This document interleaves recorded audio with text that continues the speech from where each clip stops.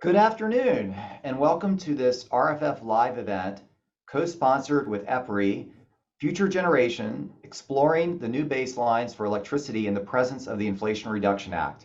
I'm Billy Pizer, Vice President for Research and Policy Engagement at RFF, and it's a pleasure to welcome you to this afternoon's event. RFF is an independent, nonprofit research institution working to improve environmental, energy, and natural resource decisions through impartial economic research and policy engagement. We are pleased to be co-sponsoring this event with our colleagues at EPRI, an independent nonprofit energy research, development, and deployment organization that delivers research and expertise to help shape the future of energy. Over the next 90 minutes, we are going to hear about how recently enacted federal legislation, including the Inflation Reduction Act, is altering the future trajectory for the electricity sector, and what models tell us about the changing roles for different technologies and fuels in meeting our electricity needs and our emission reduction goals. These modeling outcomes, incorporating new incentives and other policies, will become a new baseline or set of scenarios against which future analyses of new policies or technology-related initiatives will be compared. But to understand the impact of other actions by states or the federal agencies or even the US Congress, it's important to first take stock of what adjustments are expected as a result of these important and consequential changes to federal law. Our panel of modelers will shed significant light on this question. Before we get to the panel, we are pleased to welcome Rob Chapman, Senior Vice President of Energy Delivery and Customer Solutions at EPRI, who will provide some framing remarks. Following Rob's remarks, we have EPA Deputy Assistant Administrator for Stationary Sources in the Office of Air and Radiation, Tomas Elias Carbonell, who will talk about EPA's efforts to understand the consequences of the IRA and how the anticipated transformation of the electricity sector affects EPA's work. And I'll just note that Tomas is substituting for Joe Goffman, who had to make a last-minute change. Following these two sets of opening remarks, we will turn to our panel of energy sector modelers from RFF, EPRI, EPA, and the National Renewable Energy Laboratory, or NREL, who will present recent findings on how the electricity sector is expected to transform in the coming decades as a result of the IRA. After short presentations by each of our panelists, Karen Palmer, Senior Fellow and Director of RFF's Electric Power Program, will moderate a discussion with our panelists and audience. As we have salient questions from the audience, Karen will be weaving those into her discussion with the panelists, so please use the Zoom Q&A box which is below, to add your questions and get involved in the discussion. The event is being recorded and will be available afterward at rff.org. If you'd like to join us in the conversation on Twitter, please use the hashtag RFFLive.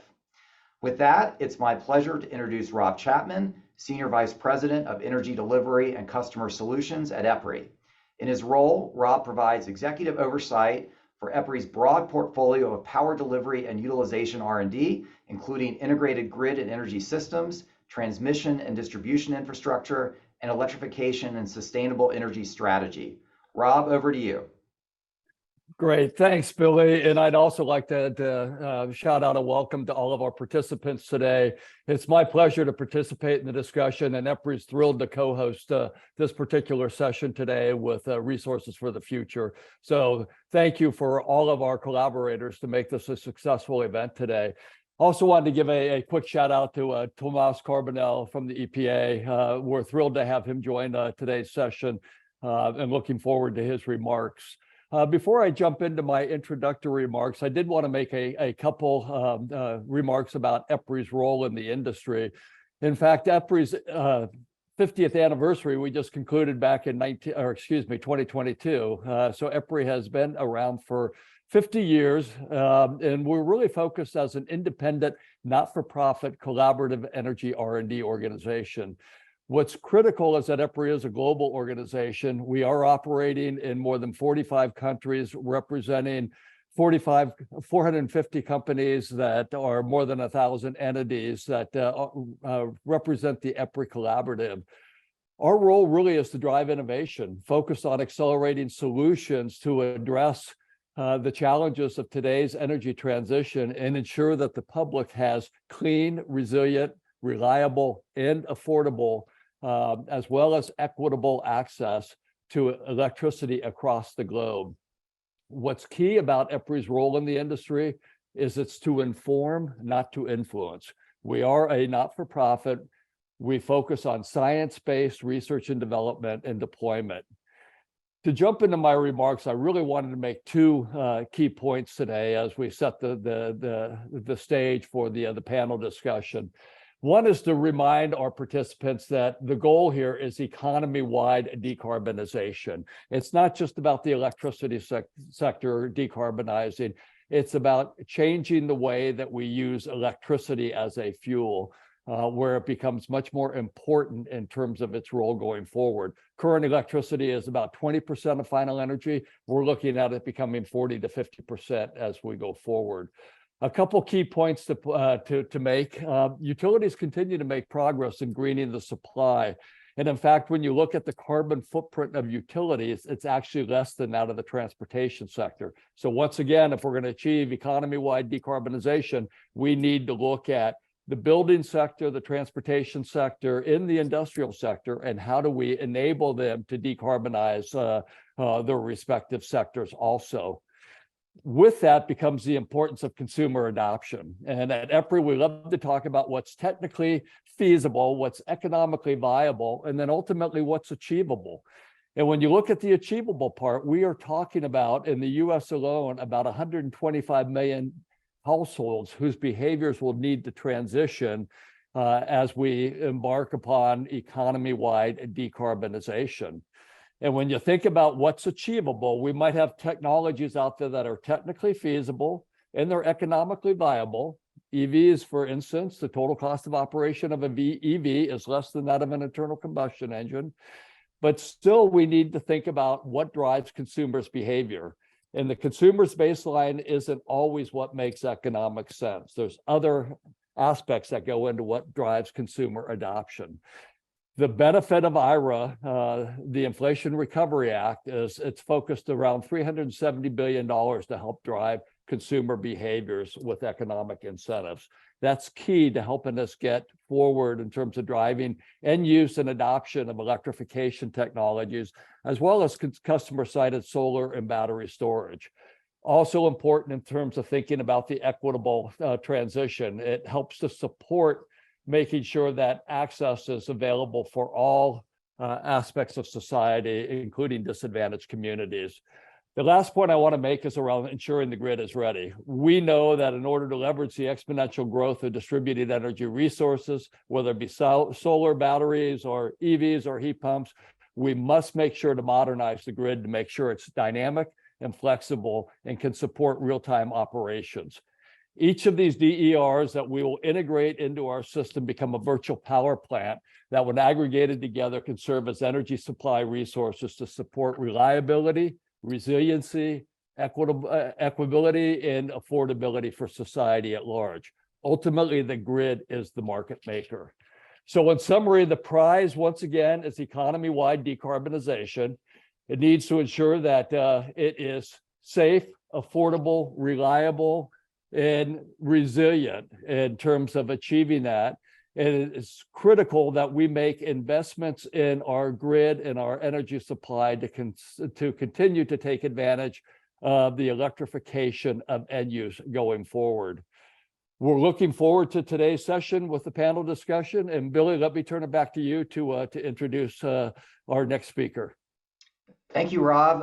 You made some great points about the challenges that lie ahead and some of the questions we should be looking for the models to help us understand the answers to, in terms of how far the IRA is going to go and pushing those incentives. And now I'm very happy to introduce Tomas Carbonell. Tomas is the Deputy Assistant Administrator for Stationary Sources in the EPA's Office of Air and Radiation. It's our pleasure to welcome him this afternoon to discuss several points, including the anticipated transformation of the power sector from the IRA, EPA's power sector regulatory agenda, and the role of models in EPA's regulatory development process. So, Tomas, thank you for joining us today, and we look forward to your remarks. Well, hi, everyone, and thanks so much for having me here today. I'm really grateful for the opportunity to provide a few remarks on behalf of the Office of Air and Radiation, and also want to thank RFF and EPRI for jointly hosting this event and inviting EPA to participate. I think, as you all know, the Office of Air and Radiation is charged with carrying out EPA's responsibilities under the Clean Air Act and other laws to secure healthy air and a safe climate for all Americans. And this is a particularly exciting and dynamic time to be working at the EPA on those priorities because of the recent enactment of the Inflation Reduction Act. As I think Rob mentioned, the IRA will make $370 billion of historic investments in fighting the climate crisis, accelerating deployment of clean energy, advancing environmental justice, and it promises to drive investment in clean generation at a much faster pace than I think any of us previously anticipated. For us, understanding the impacts of the IRA for the power sector is particularly important as EPA works to develop new Clean Air Act protections to address harmful air pollution from power plants that affects public health, the environment, and our climate. As I think you all may know, EPA is currently developing several new regulations addressing power plants, a couple of which are already in the process of undergoing interagency review at the Office of Management and Budget. These include a proposed rule reflecting our review of the mercury and air toxic standards for power plants, a final rule we call the Good Neighbor Plan to address pollution from power plants and industrial sources in certain states that contribute to unhealthy levels of smog pollution in downwind communities, as well as proposed standards for greenhouse gas emissions from new and existing power plants to come this spring. And when we develop new regulations like these, an important first step for us is to understand the baseline. And EPA uses sophisticated power sector models to project the future of the power sector under a given set of assumptions. And we then use that baseline to evaluate the potential impacts that our regulatory actions might have in terms of emissions outcomes and environmental and health benefits. So our experts in the Office of Atmospheric Protection have been working to understand the impact of the IRA on our baseline and are looking forward today to sharing a snapshot of our current work in this area. I want to emphasize that this is a work in progress that will continue to develop and evolve. And we're really looking forward to using this event to workshop our thinking a bit and hear from the other experts on the panel. This kind of engagement is a really important part of our efforts to continually inform and improve our analytics. And indeed, our experts regularly engage with various modeling teams, including governmental, academic, nonprofit, and industry researchers, such as those on the panel today. We really value learning from the modeling community and the public at large, as well as sharing our expertise and data, and think that the kind of engagement taking place today is really vital for helping advance our understanding of the impacts of the IRA on the power sector at what is really an incredibly exciting and fast-changing time. So with that, I just want to thank EPRI and RFF again for hosting this workshop. We really appreciate the opportunity to be represented here. And hope you all will remain engaged with us as we move forward to inform our work under the Clean Air Act, as well as implementation efforts under the IRA. Thanks so much again.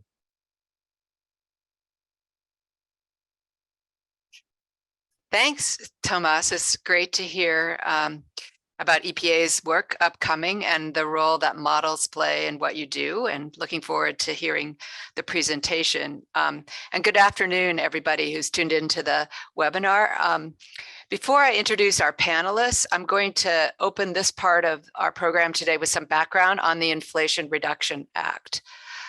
So the Inflation Reduction Act, or IRA, as it is sometimes called, includes provisions to advance clean energy in many sectors of the economy, including transport, buildings, industry, agriculture, and forest products. And efforts to advance electrification, mentioned earlier, are featured prominently for the transport and building sectors, and to a lesser extent for other sectors.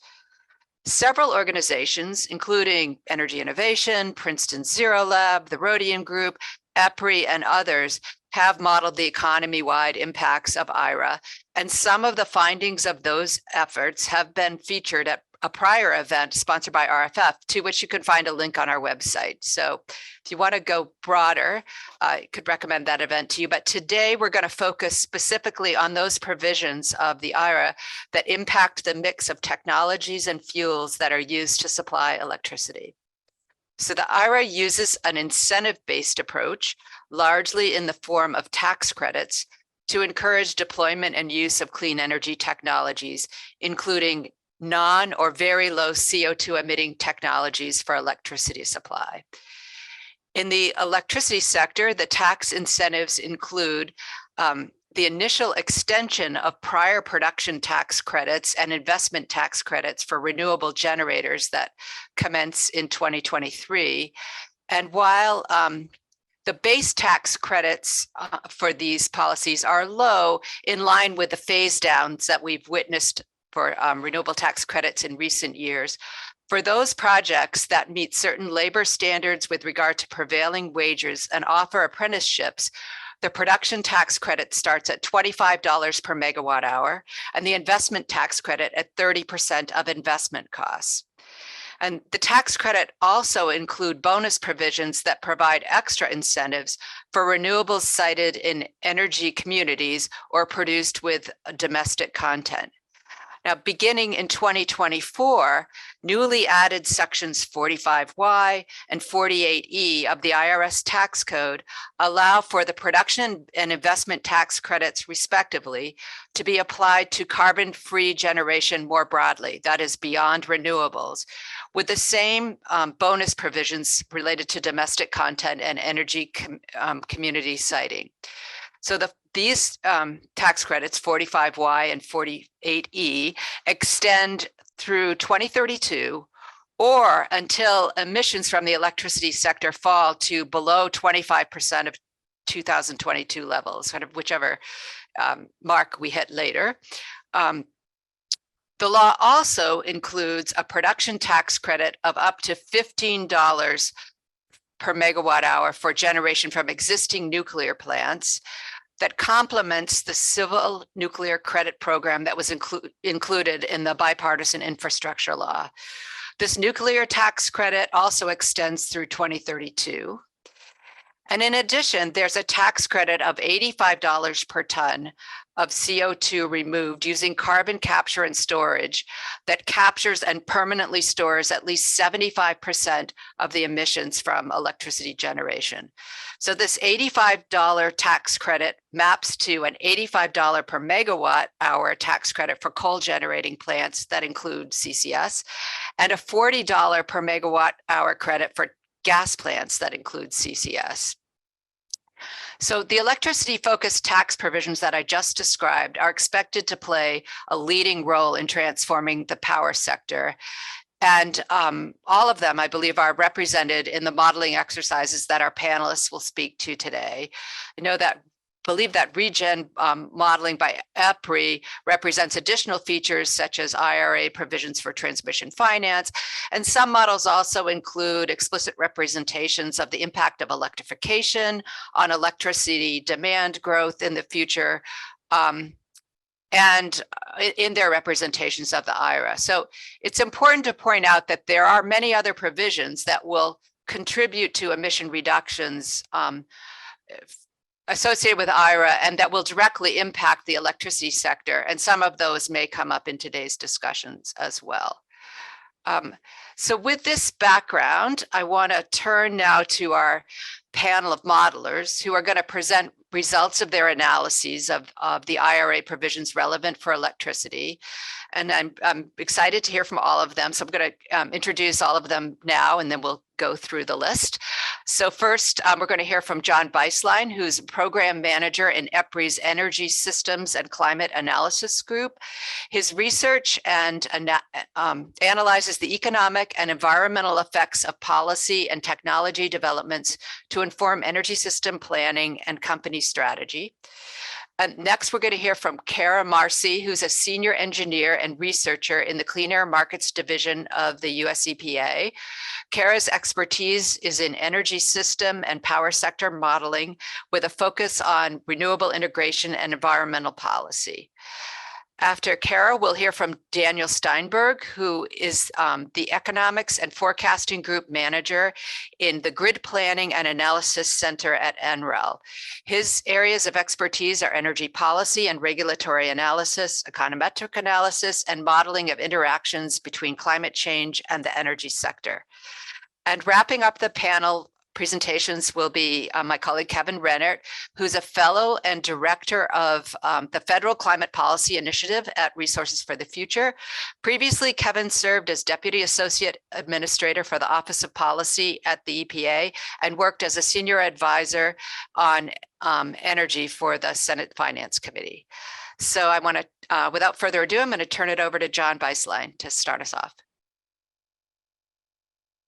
Great. Thanks so much, Karen, and good morning and good afternoon, everyone. It's my pleasure to present today on recent work looking at the impacts of the Inflation Reduction Act. And as Rob mentioned, EPRI is an independent R&D institute, and we inform stakeholders on ways to make the clean energy transition more affordable, more reliable, and more equitable. And so with those goals in mind, we have a new analysis coming out soon that's looking at the potential impacts of IRA and also 2030 targets using EPRI's US Regen model. Next slide. So Regen is supported by EPRI's engineering expertise and also technology projections. It's unique among the models you'll hear about today in that it's an economy-wide model, which means that we represent IRA's electrification incentives and how those could impact power sector decisions. And our electric sector model, which is linked to that one, makes decisions about capacity planning, transmission, and dispatch, all looking at hourly correlations between load, renewables output, and other system operations. Now, we have detailed documentation on our website, which is at esca.epri.com. We also have a list of recent peer-reviewed publications using our US Regen model. On the next slide, just want to give a disclaimer that the results I'm presenting today are from a forthcoming report on IRA and 2030 targets, which updates our 2021 analysis of the US 50 by 30 goal. The report name and the EPRI ID number are on the slide here, and this should be available in the coming weeks for download in early March. On the next slide, I want to start by giving a little bit of context for what IRA might do outside of the power sector. Now, those actions could impact electricity demand and consequently power sector decisions. So this slide shows changes in CO2 emissions relative to 2005 levels over time. And it's broken out by the electric sector, industry, buildings, and transport. The updated reference case with IRA is on the left. And unsurprisingly, the Inflation Reduction Act, when combined with other existing policies and incentives, as well as existing technology trends, these all help to lower power sector emissions by about 60% by 2030 from 2005, which declines even more over time to almost 80% by 2035. I would say that this is similar in magnitude to other modeling teams, including the ones that we'll speak later today. We actually have an ongoing multi-model assessment that focuses on IRA impacts, and we hope to share results from that study relatively soon. So most of the 2030 reductions we see here under IRA come from the electric sector, which is shown in purple. And that's between 70 and 74% of the emissions reductions in 2030. Transport is the second largest source of reductions, and that's shown here in green, though a lot of these reductions are happening even without IRA due to the economic attractiveness of electric vehicle adoption. Of course, electricity plays a key role here in lowering emissions through electrification. EVs, at least in our modeling, are roughly half of new vehicle sales by 2030. Comparing this with the 50 by 30 level, which is shown here in the dotted line, this is the US pledge as part of the Paris Agreement. This illustrates the gap that would have to be filled by additional regulatory, subnational, private sector actions. But judging by the multi-model paper we published last year in Science that looked in detail at those 50 by 30 targets, the incremental reductions to meet that target tend to come from the power sector, along with efforts from all of the other ones here as well. On the next slide, moving from emissions, we see the important role that electrification has in driving non-electric emissions reductions. Sort of fuel switching toward electricity has important implications for load growth. And here we see electricity demand broken out by end use over time under an IRA scenario. And many of the electrification opportunities, especially in transport, are economic in a reference case.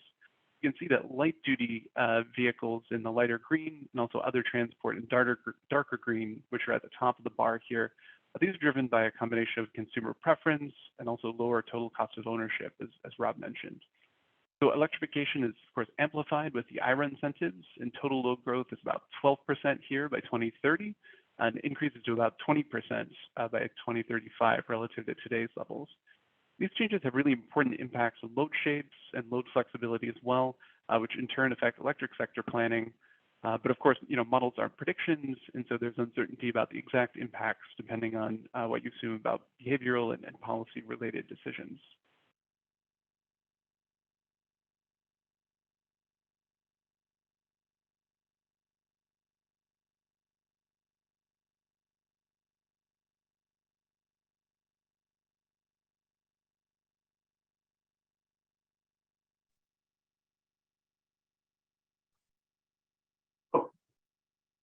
Can people hear me? Okay, great. Resuming audio here. Thank you for the patience. So our IRA scenarios see rapid build-outs of low-emitting resources in all of the scenarios. And we include a higher cost scenario that's marked H here that assumes that near-term cost reductions persist over time, while a lower cost scenario, L, assume that those costs decline. And the bars on the right show the average annual build rate over time for the next decade, compared with historical additions and retirements on the left. We can see here the gas boom in orange in the 2000s, but renewables become a bigger part of the story in the last few years, with wind in green and solar in yellow. But these build rates are accelerating pretty dramatically with IRA. And the takeaway here is really that both additions and retirements, which are beneath the horizontal axis, are near or above their historical maximum each and every year through 2035 under IRA. So in 2021, there was a record 30 gigawatts of wind, solar, and storage installed. But both IRA scenarios here have over twice that annual amount each year. There's also some coal with CCS. These are mostly retrofits and our modeling here in the lighter blue, given the attractiveness of those 45Q credits that are based on captured and stored CO2. But there's also several factors that could limit uptake there as well. But I think one key point here is that all scenarios include lower coal generation and retirements, again, near their historical annual maximum sustained over time, although the exact rate depends on those fuel price assumptions across the scenarios. So on the next slide, looking at the generation mix finally, a key point here is that larger transformations occur by 2035 due to lower wind and solar costs, as well as state policies becoming more stringent. I think the generation slide might be the one prior to this. And so the low emitting generation share that includes renewables, nuclear, and CCS, which is shown on the open circles here, it's about 80% in 2035 compared with only about 60% by 2030, which is a pretty large increase relative to the 40% we have today, half of which comes from nuclear, the other half comes from renewables. Another key point here that I think other panelists will probably highlight is that coal in blue, as well as natural gas generation, which is shown here in orange, these are declining over time in our scenarios. Coal generation decreases more, somewhere between 60 to 83% from current levels by 2035. The generation from natural gas declines as well, somewhere between 46 and 62% in our scenarios over that same time frame. But gas capacity doesn't decline by nearly as much, given the importance of dispatchable generation for serving load during times of system stress, even while the overall generation and consequently emissions are lower. To reach those 50 by 30 targets I mentioned before, the share of low-emitting technologies increases to almost 80% by 2030, and that's the closed or the solid circles here. And then that increases to well over 90% by 2035. So just to summarize with the last slide here, the Inflation Reduction Act we're seeing in our modeling, along with other policies and market trends, really seems to shift the reference scenarios in our modeling away from natural gas and coal generation and toward lower emitting resources. As we just saw, coal declines are faster than gas in our modeling, and that's replaced by capacity additions that are almost 2 times their current levels each and every year moving forward. The second big takeaway here is that IRA continues to drive emissions reductions well beyond 2030. As Karen mentioned, the potential for extended eligibility of those production and investment tax credits in the power sector may mean that IRA is a more significant driver of reductions between 2030 and 2035. At least in our modeling, CO2 declines somewhere between 75 and 80% relative to 2005 levels by that time. And the final takeaway here I want to emphasize is maybe less modeling results and more a word of caution. So modeling IRA is challenging. There's a range of relatively subjective modeling decisions about impacts and uptakes of different incentives, not just in the power sector, but across the economy. And I would say this is more than other policies, especially given the law's complexity and the pending guidance that many are still waiting for. So I would say that a range of outcomes are possible based on different interpretations of IRA. It's not obvious how these can alter the analysis, which I think is a really important reason to look not just across a range of sensitivities in one model, but also to compare across a range of different modeling teams, modeling frameworks. So with that, thanks for your time and look forward to hearing from my fellow panelists.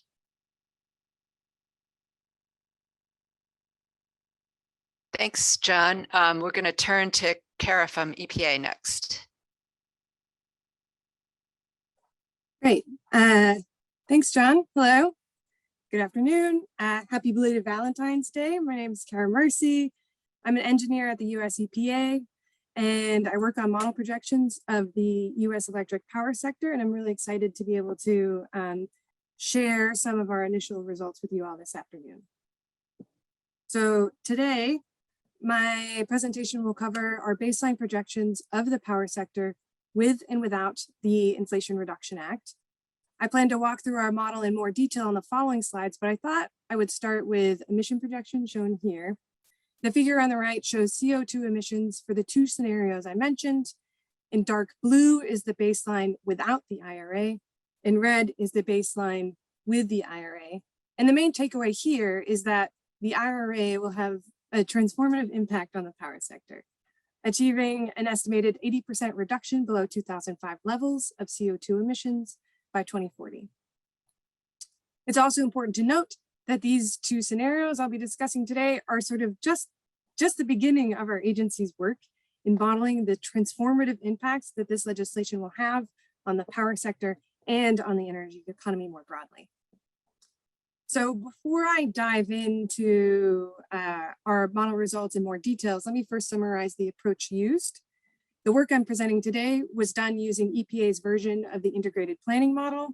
IPM is a power sector energy economy model, which is a tool that takes complex sets of input data like costs and performance and calculates the future mix of resources out to 2050 that meet generation and peak capacity needs at the lowest cost. The key characteristics that make this modeling work distinct from the other panelists we'll hear from today is the detail in which IPM represents the fossil fuel fleet. For example, we model over 400 different coal capacity types. And the reason that we have this level of detail on the fossil fuel side is related to EPA's interest and work in better understanding emission-related outcomes. So I've talked about what the model is. Let me also cover some of the recent updates that we've done. Around August of last year, we started to update our model assumptions to reflect the newly released IRA.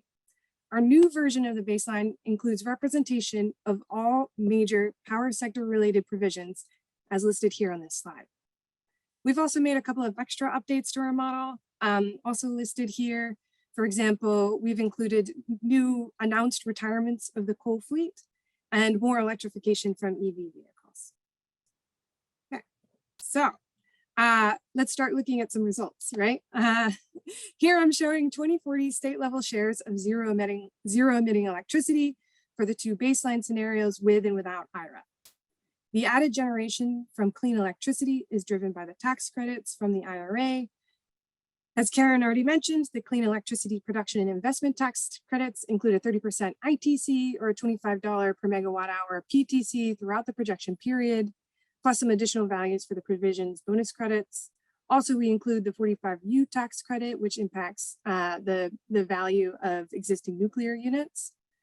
And as a result, we observed that by 2040, nearly all states across the continental US have increases in zero emitting generation shares between the two baseline scenarios.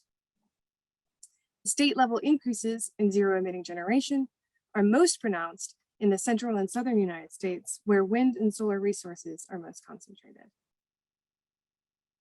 Going forward, the provisions in the IRA, like the clean electricity tax credits, make the build out of lower emitting electricity generation more economically favorable than fossil fuel generation. And as a result, as shown by the panel on the left, by 2040, coal capacity without CCS drops by nearly 90% from 2020 levels. Total natural gas capacity is also lower in the IRA baseline compared to the no IRA baseline.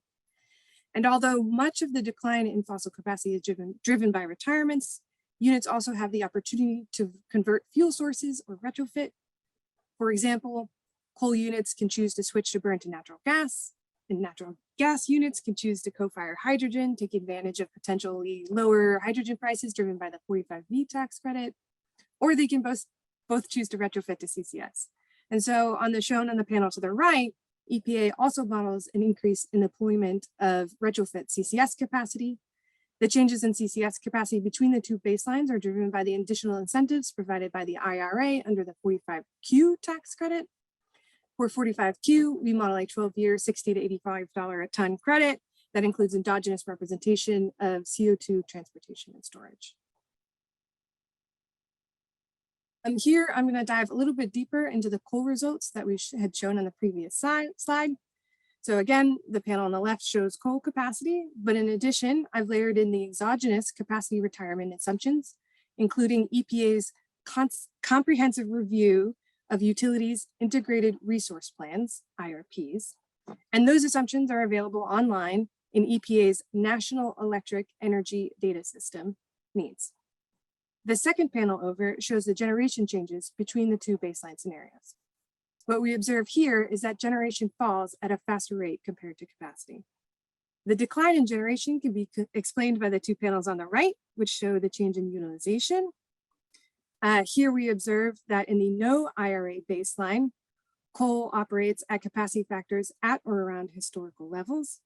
However, in the IRA baseline, capacity factors fall for coal below 20% by 2040. And this suggests that in the future, coal is no longer needed as a baseload for baseload operation. The maps here show coal capacity in 2040 across the two scenarios with and without IRA. Here we see that coal capacity declines in nearly every state across the continental US. The greatest declines in coal capacity are seen in the states in the South and in the Midwest. Next, we'll review natural gas trends in more detail.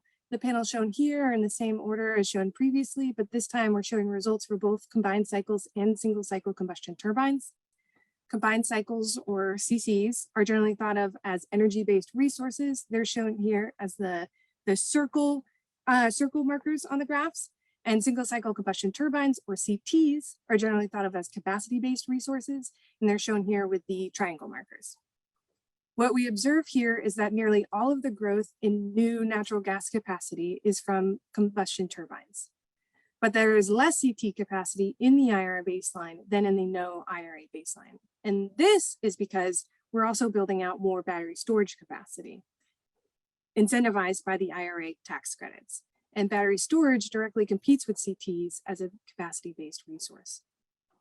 In terms of generation and capacity factor results, we observe similar trends for CCs that we saw for coal on the previous slide, where CCs are being utilized less in the IRA baseline, leading to less generation from natural gas overall. The maps here show state-level cumulative new natural gas capacity. This time, I'm just showing the IRA baseline results. On the left is the new capacity for CCs, on the right for CTs. What we observe here is that the largest increases in new natural gas capacity are also located in similar states where we observed the largest declines in coal capacity. That is, states in the South and in the Midwest. Okay, so I feel like I'm at my final slide. That was a lot of information on fossil fuel related outcomes that we covered in a very short amount of time. But to recap our main findings, due to the IRA, we observed significant emission reductions in the power sector.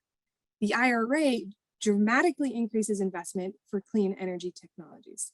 These investments then reduce the need for fossil fuel burning resources, both in terms of their capacity and in terms of their utilization. And to recap ongoing work, as John mentioned in the previous presentation, EPA, along with several other prominent national modeling teams, have been working to publish a paper that will share a comparison of key power sector trends related to the IRA, to be released later this year. Initial findings there show EPA projections fall squarely in the middle of the pack of the other projections in that paper. EPA is separately working on the Low Emission Electricity Program LEAP assessment, as mandated from Congress for evaluating GHG impacts from the IRA, also to be released later this year. And lastly, my team specifically is working on additional modeling analyses to evaluate the potential impacts of the IRA on the power sector, including potential scenarios with more advanced technology assumptions, such as more rapid electrification and greater renewable and storage cost declines, and changes to our hydrogen price assumptions. I'm really looking forward to sharing the results of all this additional work that I've just highlighted once it becomes available.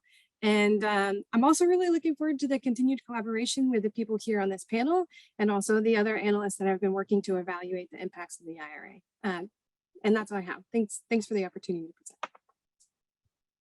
Thanks, Cara. And thanks so much to the first two speakers for staying right on time.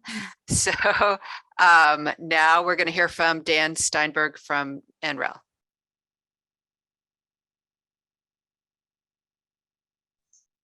Alrighty, well, thanks, Karen and Cara and John for prior presentations. Absolutely a pleasure to be here this afternoon and talk to you all about our work looking at the potential impacts of IRA on the U.S. power sector. Very briefly here, there we are. The work that I'm going to present today reflects the views of myself and my co-authors and does not necessarily represent the views of the Department of Energy or the National Renewable Energy Lab. And before I kind of dive into the more technical aspects of this work, I thought I'd give just a brief kind of high level summary of what we've been finding thus far. And that is that the Inflation Reduction Act, effectively through the increase in the scope and value of the clean electricity incentives, really creates the potential for transformative change. And we've already heard some about this from Cara and John. I think our results are a little bit more forward leaning on the potential for change here, depending on other outcomes in power sector evolution. But IRA really does two things. So number one, it really supports the increased deployment of clean electricity technologies that already have an established markets. So this is wind, solar, and storage. These are technologies that, as you all know, have already been deployed at utility scale. In the case of wind and solar, over 10 gigawatts a year in certain years. And IRA is just supporting further development and deployment of those technologies. Number two is that it really creates the potential for new investment in more nascent technologies that haven't been deployed at utility scale across the board yet. And here we're talking about generation of CCS, clean hydrogen production, and potentially direct air capture. And so these two things combined really do have the potential to have transformative impacts on the power sector in terms of the total share of clean electricity, as well as the associated emissions reductions. But very importantly, the ultimate level of clean electricity and emissions reductions realized are going to depend heavily on two things. And that is, number one, the extent of advancement in the cost and performance of these clean technologies. So this is, what do these technologies actually cost in 2025 and 2030 and beyond? And number two, and perhaps more importantly, the extent to which existing and really developing barriers to clean energy and associated infrastructure deployment are mitigated. And what I'm referring to here are things like supply chain constraints that we're seeing driving up the cost of clean energy deployment already today, regulatory hurdles, for instance, kind of long permitting queues, and of course, social opposition to development, which can take a whole number of forms. And to give a little bit more context about why we're seeing the potential for such transformative effects, I thought I'd just kind of set the stage for what are the value of some of these incentives in the context of the costs of a set of select and arguably important technologies. Now, specifically wind, solar, and two types of carbon capture and storage retrofits to existing fossil plants, one for pulverized coal plants, the other for natural gas combined cycle plants. So what I'm showing here in the second column is the levelized cost of electricity for these. This is estimated with a whole range of assumptions, but you can just kind of view these as kind of rough estimates of the levelized cost of these technologies. And in the far right column, I'm showing the levelized value of the associated incentive for those specific technologies.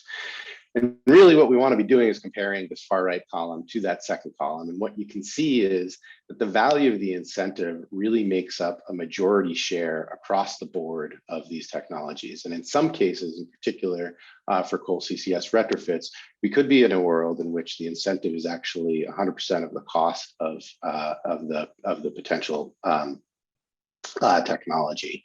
And so this is all to say that these incentives are large. There's a lot of uncertainty on costs, but ultimately they have the potential to really spur an increase in investment by changing the competitive landscape of technologies in the US power sector. And we'll see how that plays out in our model results here shortly.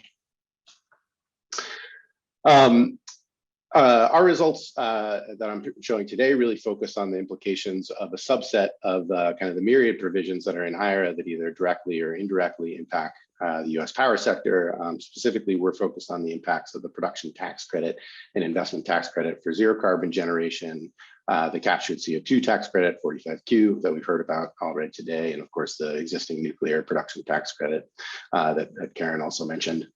And in our case, we're implementing two different models developed and operated at the National Renewable Energy Lab, the Regional Energy Deployment System, which is our flagship national scale capacity expansion model for the bulk US power sector. So this is simulating the evolution of the US power sector, utility scale US power sector from present day into the future.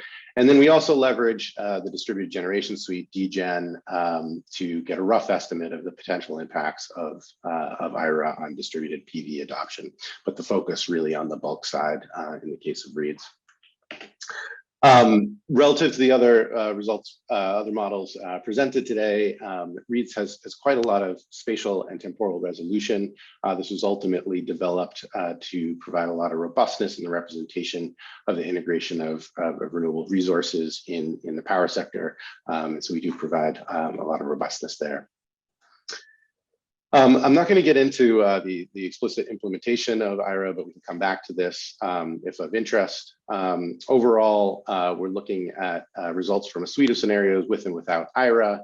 And specifically, we've simulated those scenarios across a range of sensitivities, including mid-case conditions taken broadly from the annual technology baseline for the cost and performance of technologies and fuel prices from the annual energy outlook.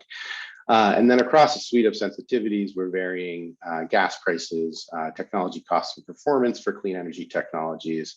And I wanted to call particular attention to one sensitivity, the constrained deployment case here, which does a number of things to look at the potential implications of constraints in deployment. Number one, we limit the resource availability for renewable resources, in particular wind, solar, geothermal, and biomass resources. So this is reducing the amount of land area available for technology development.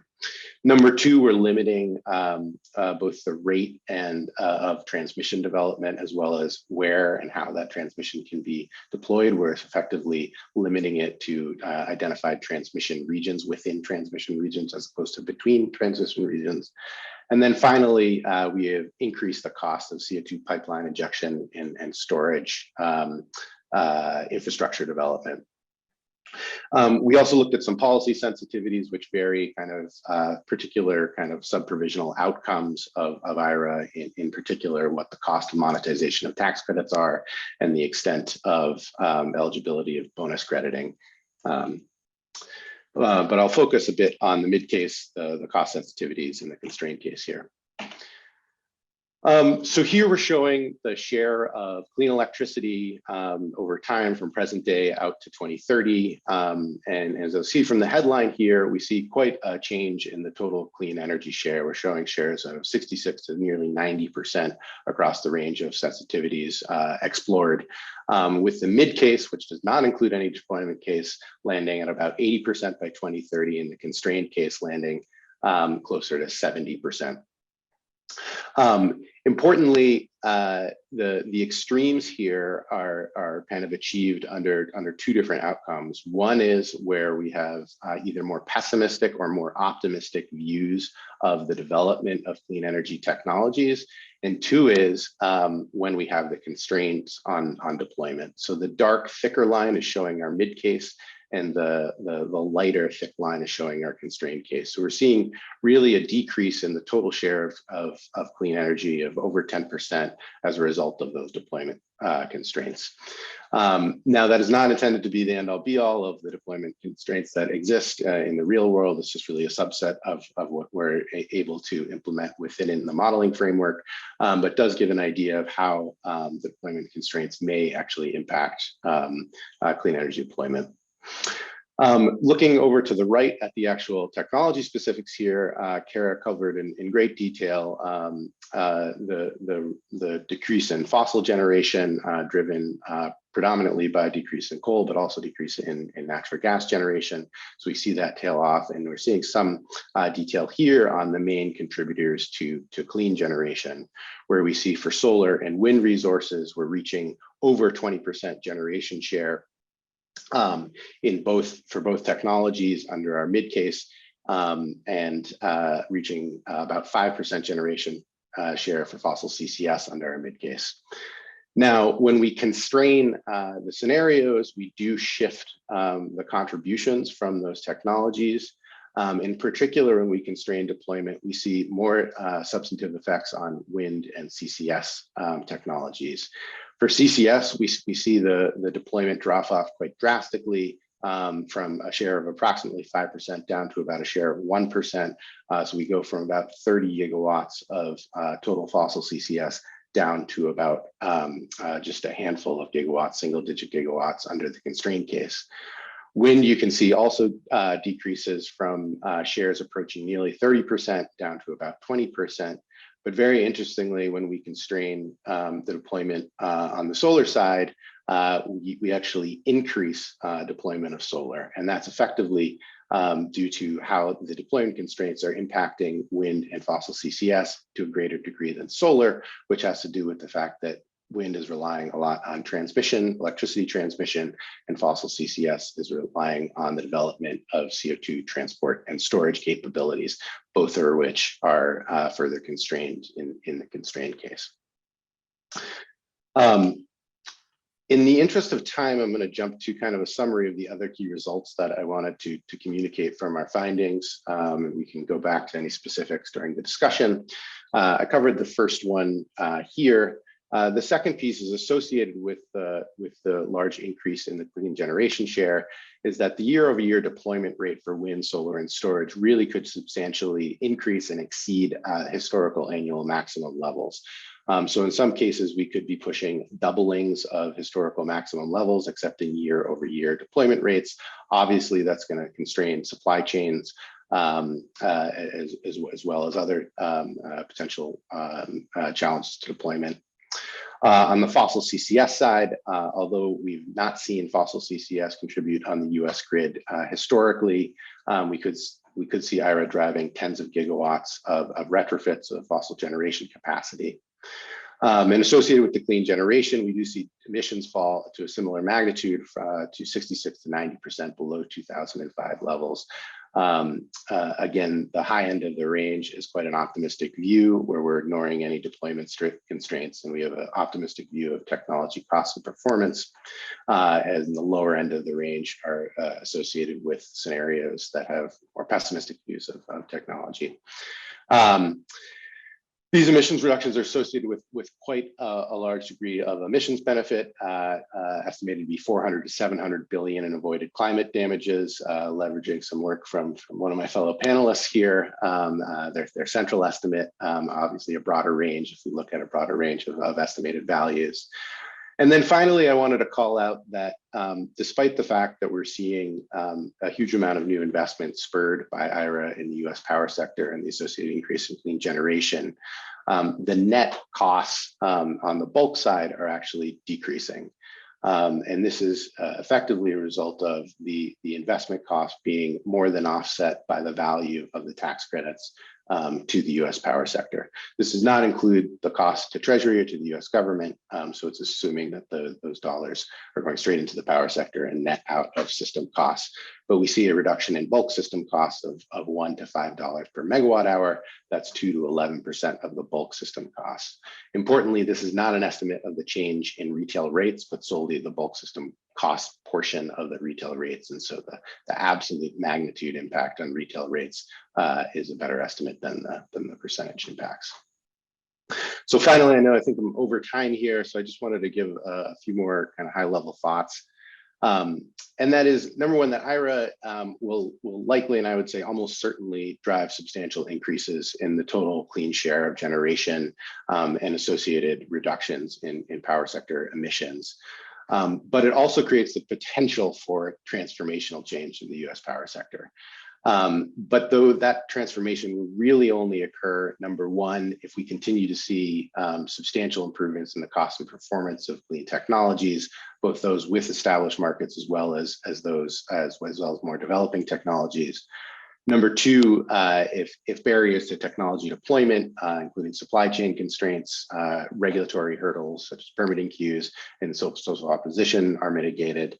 And number three, and this one is one that we haven't discussed thus far, is that we really increase coordination in investment and operation between utilities, market operators, and other sort of power system actors. And then finally, I think importantly, IRA has the potential to really drive the development of new markets associated with clean technologies that have had little commercialized deployment to date.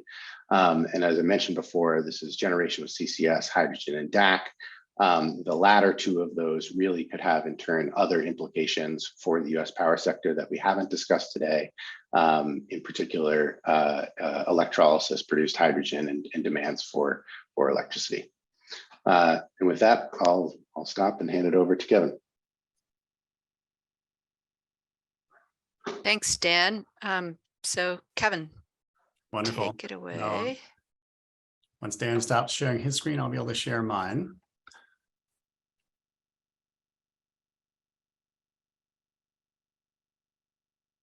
And while Dan is there we go. All right, excellent.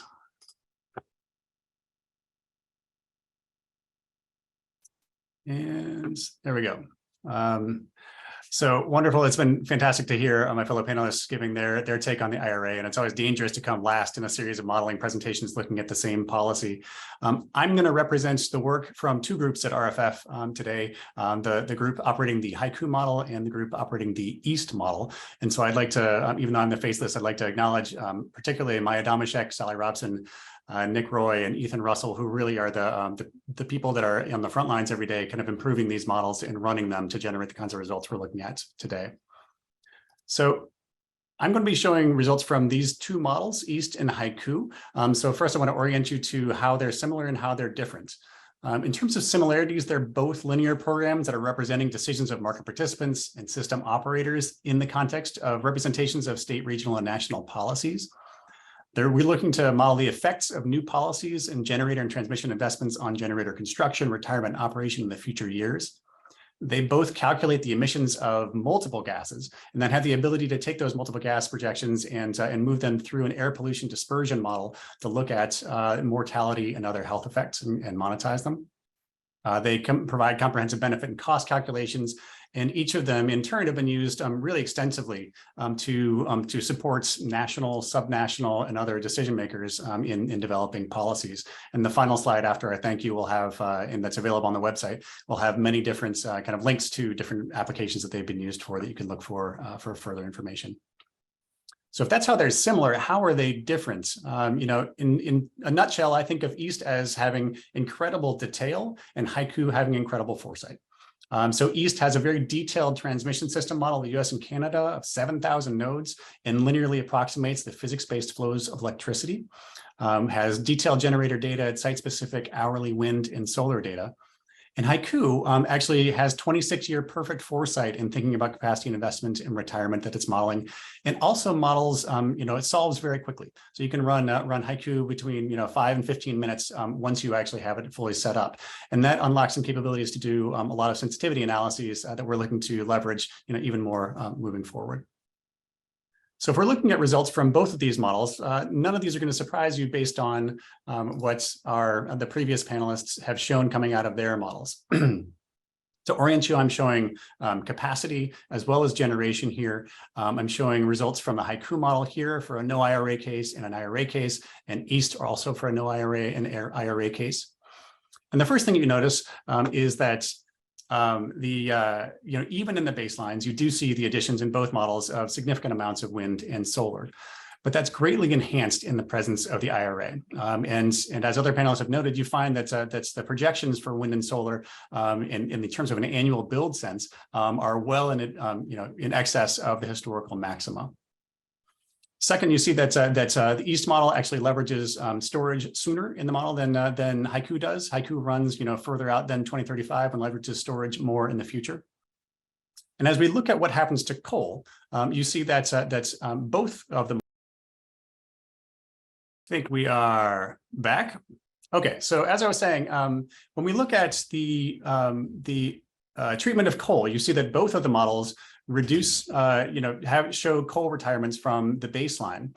But this is where the 45Q and the treatment of the 45Q actually comes into play, in that 45Q, as Dan just mentioned, is an incredibly rich economic incentive for CCS retrofits or for even building new CCS with respect to natural gas and coal. And so in some ways, modeling assumptions can really dictate what happens in terms of deployment of that technology.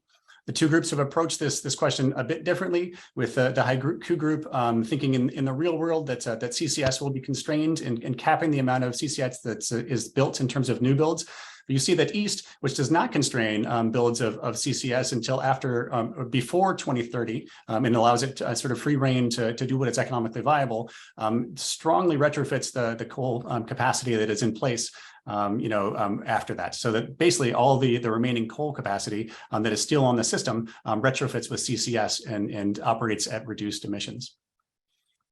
Finally, in terms of, as we look at the generation, you see that East is leveraging a higher capacity factor for solar and wind than Haiku, and both of them are generating significantly with greater amounts of wind and solar.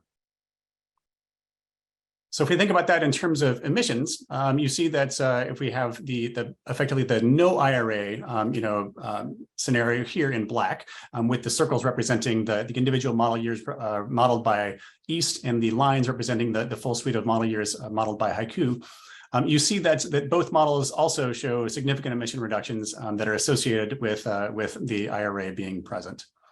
As we compare, these emissions amounts, we see that the emissions themselves remain above the threshold, this green line, that is the trigger for phasing out the tax credits that are responsible for much of the IRA's potency in terms of the power sector, all the way through 2035. So because that trigger is not hit within the models, that indicates that these tax credits are expected to be very long-lived and be supporting clean electricity deployment well into the next decade.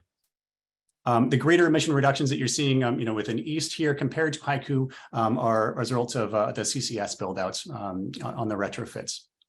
Finally, I'll draw your attention to a set of sensitivities that we ran within Haiku, where we explored the effects of different natural gas prices. In the model, the natural gas is actually competing more with coal than it is with renewables on the margin. And so you find that in instances of high natural gas prices, you actually see increased emissions because greater amounts of coal are generating and decreased emissions when the cost of natural gas is lower.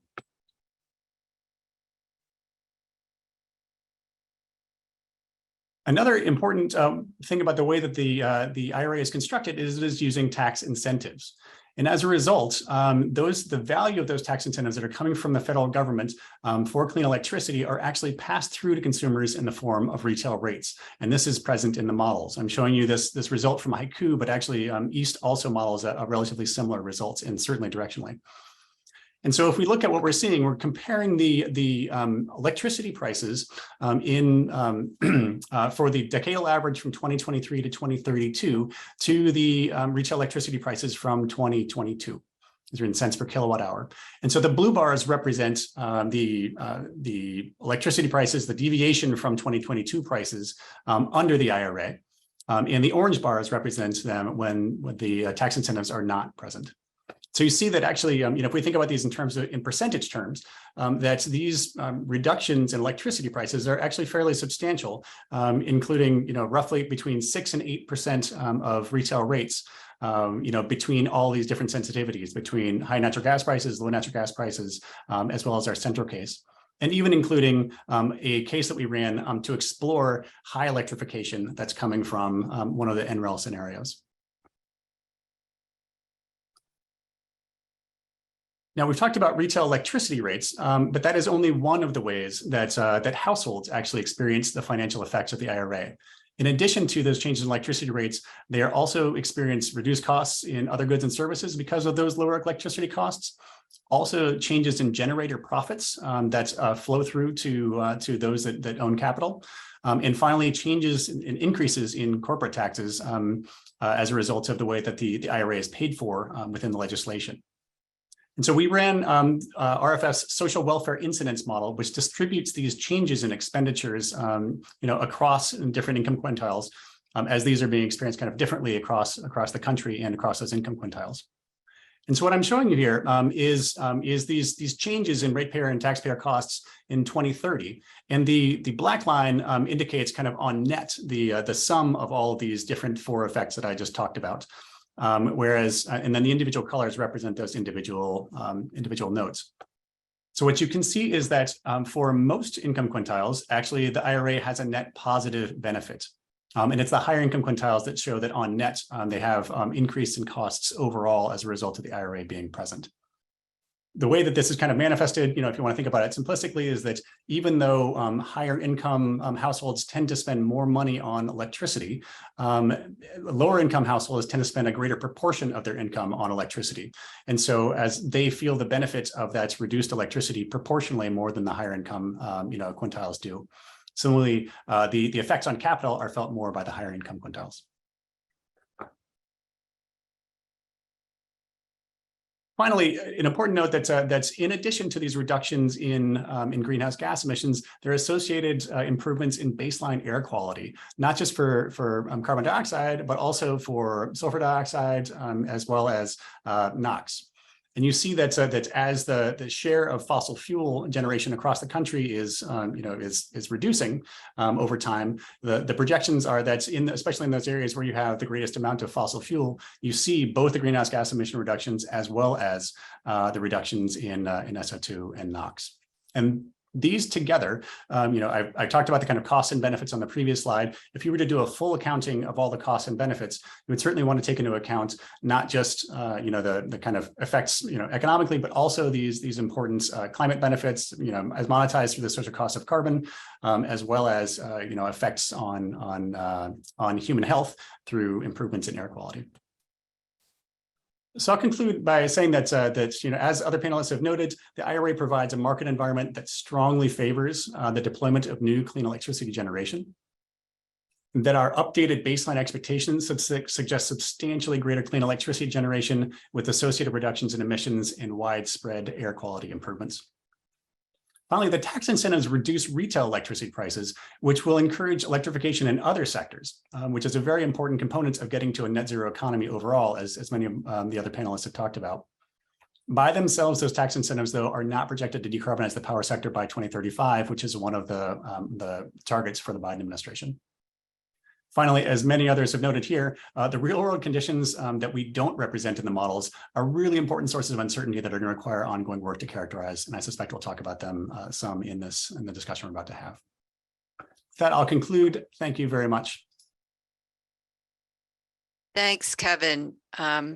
So much meat here, a lot, or content, I should say, and a lot to dig in on. I think given the time and the fact that a lot of our questioners are bringing this up, I want to go right back to the last point that Kevin made. Much has been written about the various potential barriers to realizing the goals of the Inflation Reduction Act, difficulties with transmission planning, siting, and build out interconnection delays, labor shortages, mineral shortage, other issues with supply chains. And Dan talked a bit about this in his presentation, but would like to hear from some of the other panelists how these big uncertainties affect your findings regarding the IRA. And if you'd like to say more about that, perhaps starting with John and then Cara.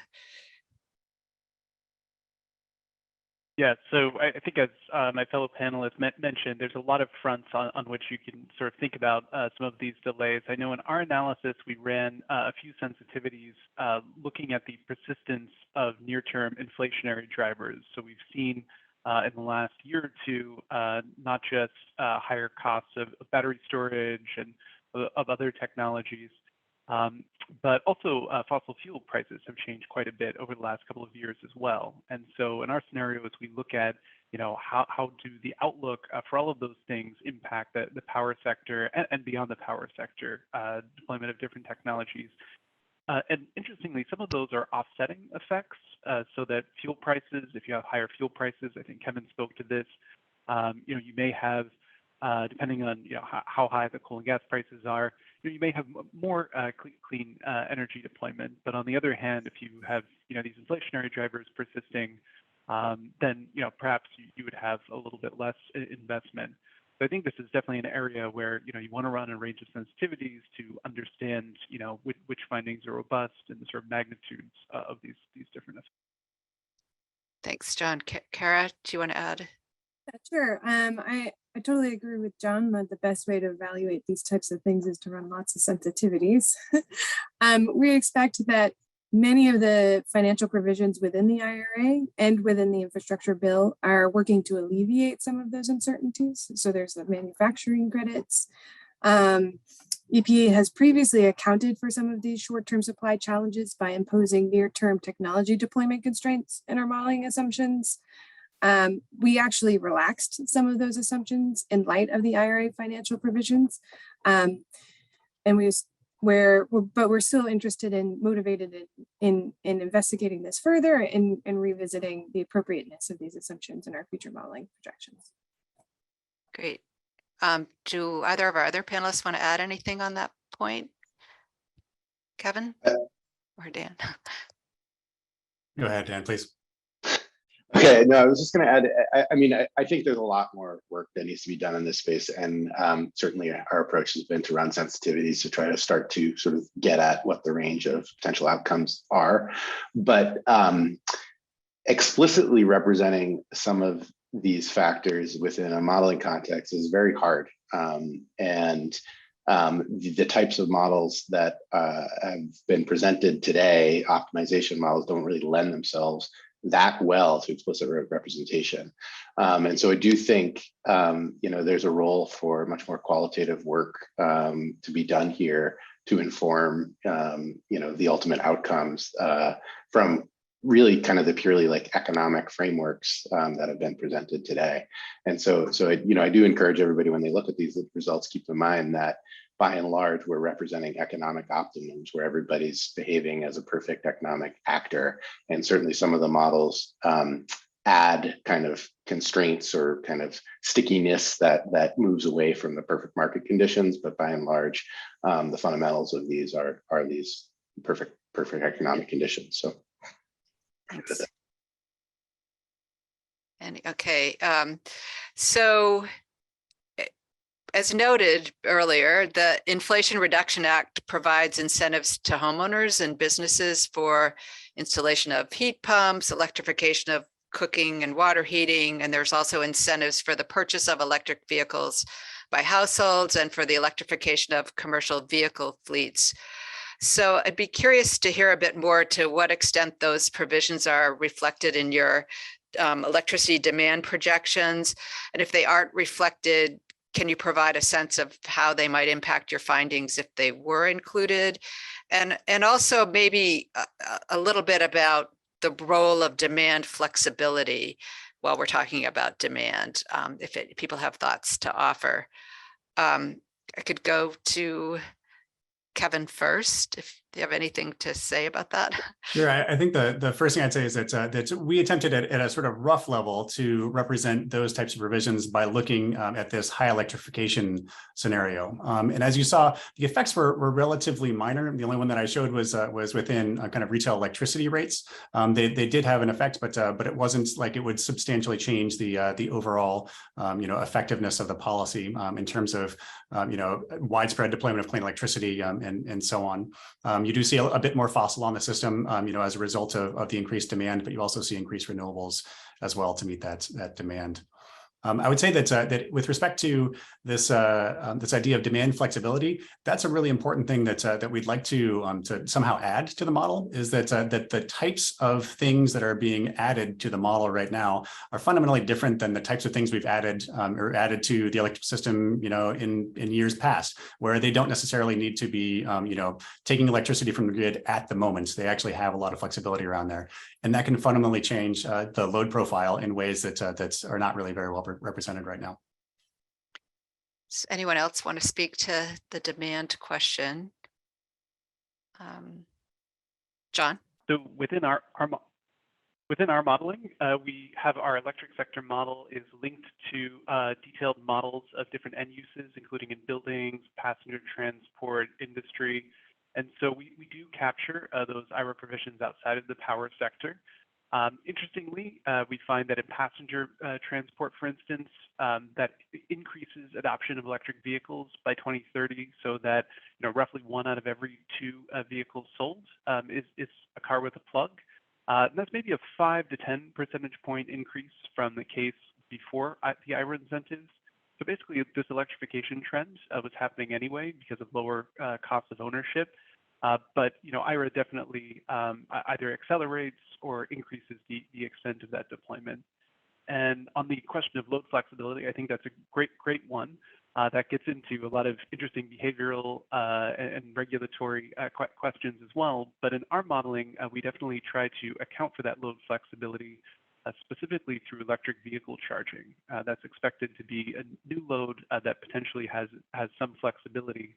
We're not looking at vehicle to grid yet, but even just being able to change and defer when vehicles charge to better align, for instance, with solar output, I think is a really important question.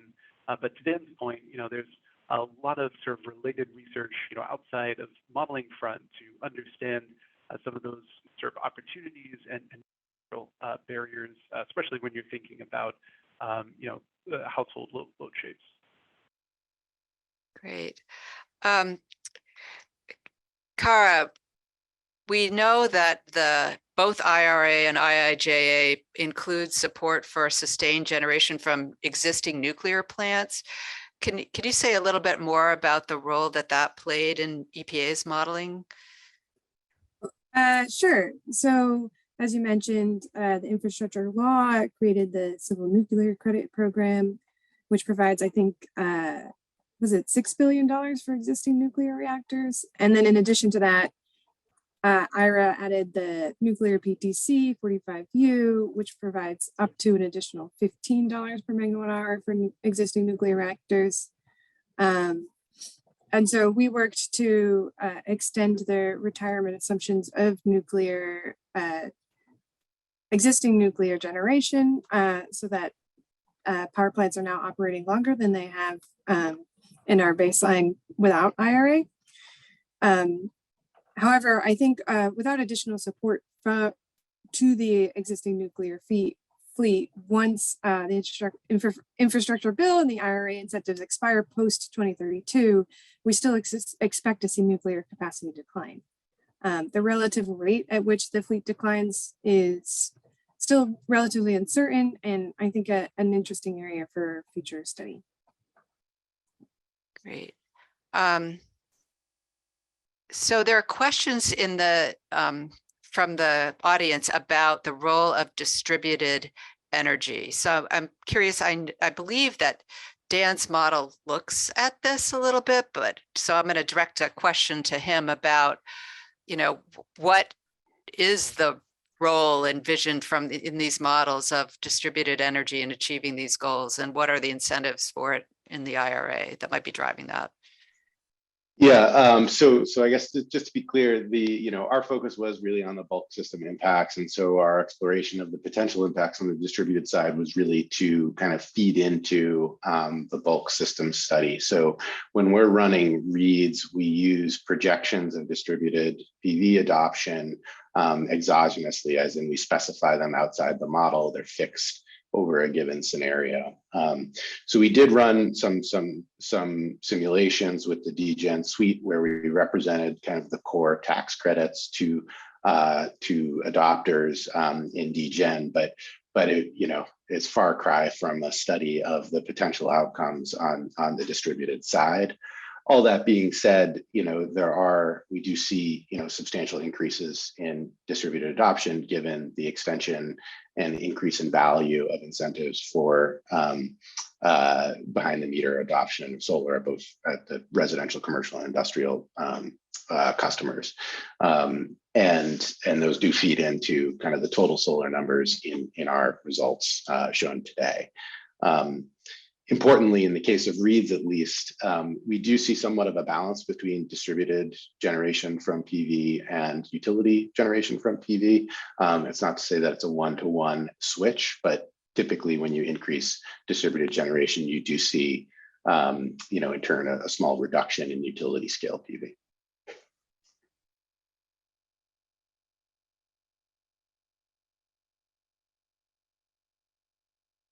Sorry, muted. A question about the role of state policies in the analysis. First, to what extent are the state policies reflected in the various scenarios that you ran? And do you have any insights from your analysis about the relative contributions of federal policy versus state policy to the outcomes that we're seeing? I guess, John or Cara, if you have insights on that. Sure. So Cara, do you want to go first? Sure. Yeah, I'm happy to take that. So I would say that it should be noted that the modeling work we do has captured existing laws and regulations related to state level policies that impact the future deployment of renewable technologies. Most commonly, we see that in terms of renewable portfolio standards or clean energy standards that are passed by individual states. I think that state and local actors are also an important potential driver of clean energy deployment. And so to the extent that future states and also utilities pass additional energy commitments, that isn't yet captured within our modeling results, but is an opportunity to drive further reductions in CO2 emissions. So. Yeah, and I would echo that in our modeling, we do capture state level policies, CO2 policies, portfolio standards. And so, of course, some of those IRA subsidized technologies help to meet those goals as well as company targets. We don't capture how IRA incentives could further change the adoption of state level policies or federal policies or regulations as well. I know that many of us are interested in that, and we've done sensitivities to look at, for instance, how proposed and existing performance standards could impact IRA incentive uptake and which technologies might be affected by that. But I think the analysis we presented today assumes that the state level policies, federal policies and regulations are sort of held constant moving forward.